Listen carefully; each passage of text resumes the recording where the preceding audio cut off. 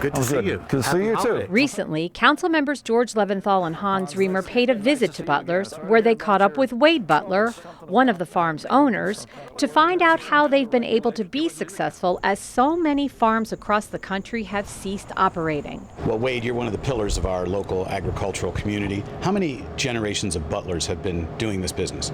I'm the second generation. My mom and dad started in 1950. My children are coming along and be the third generation here at Butlers Orchard. So one of the things we hear a lot is that it's very difficult to get the young generation to stay in farming. I mean, there's a lot of distractions. There's a lot of other opportunities. So how hard has it been for you to get your kids to stay with the family business?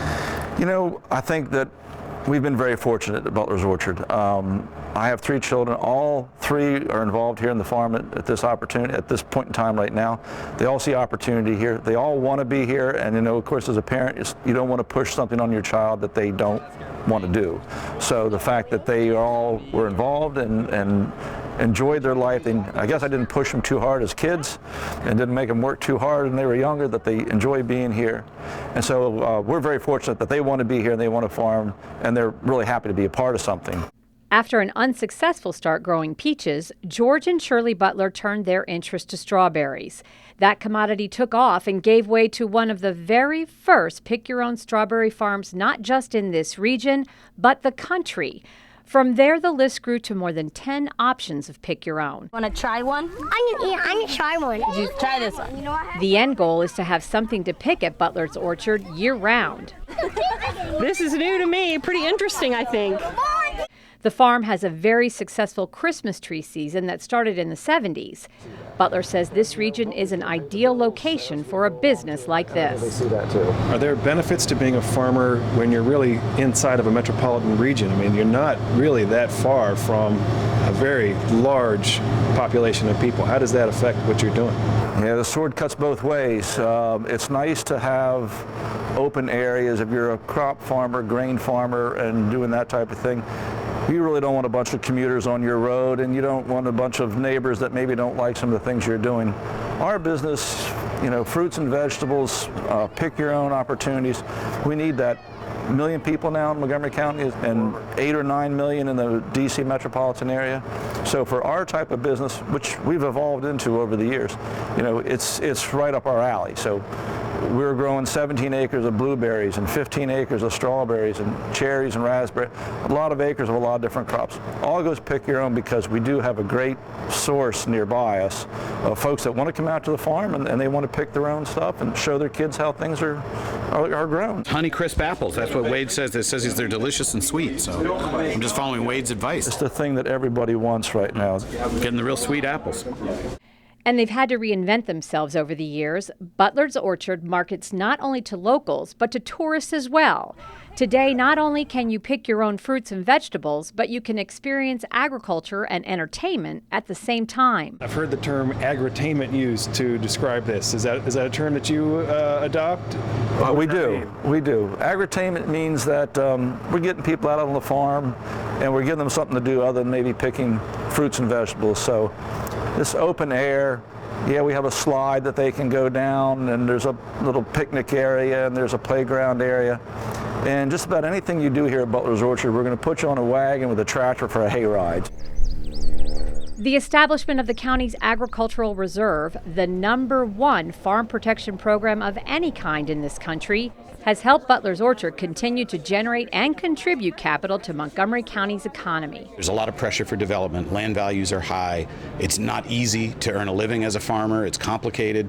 You know, weather conditions, you can lose a whole year and it can really set you back. What do you see as the future of Montgomery County's agricultural reserve? Well, certainly was a lot of foresight back in the early 80s when 93,000 acres went into the ag reserve. So one house per 25 acres. You know, we were very fortunate here in that my parents owned 60 acres and we were renting the adjoining 220. And the zoning changed, and the 220 acres above us went from several $1 million for the whole deal to much less, and we were able to afford that and buy it at the time. So we went from 60 acres to 280 acres when the ag reserve went into effect. So it really worked for us. My parents were looking in Pennsylvania and Virginia and further west in Maryland for a farm because the prices were so high, couldn't afford to be here. But now with the ag reserve and The fact that the county hasn't broken that bond, that all the land that's been in the ag reserve really has stayed in. Folks that were holding on to some of those farms thinking, well, it'll change and I'll be able to develop one house on every 2 acres. That hasn't happened in the 20, 30 some years that it's been. And being a local business means a lot to the Butlers. The opportunity for them to come and really see, how things grow. Where else can you do this kind of thing? Last year, they employed 150 people at the farm, including 3 men over the age of 80. The business is also a big supporter of other local businesses. Butler says it's not only good for the farm, but the county economy as a whole. From buying John Deere tractors, that's our closest dealer.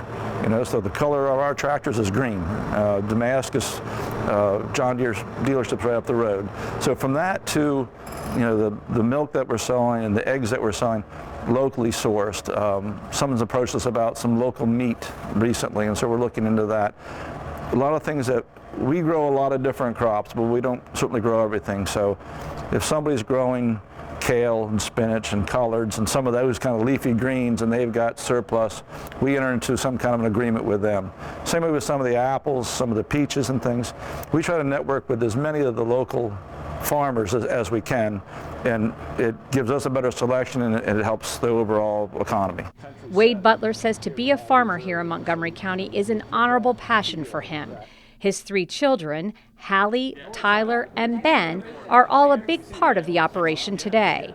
And for them, taking over the business as the 3rd generation of Butlers makes perfect sense. We're learning that, what's our target market? It's millennials, it's all age groups, and so we just have to keep changing with the times. And Ben and I talk about, how we're going to improve the business and grow, because if you're not growing, it's no good. So we're continuing to do that. As we get older, we kind of begin to appreciate more of what groundwork my grandmother and my dad and my aunt really have done for us. So it definitely is a lot of pressure to continue this scale of a business in this county, but we're excited and we feel we're up to the challenge, and we've got some good mentors and teachers that aren't going anywhere anytime soon.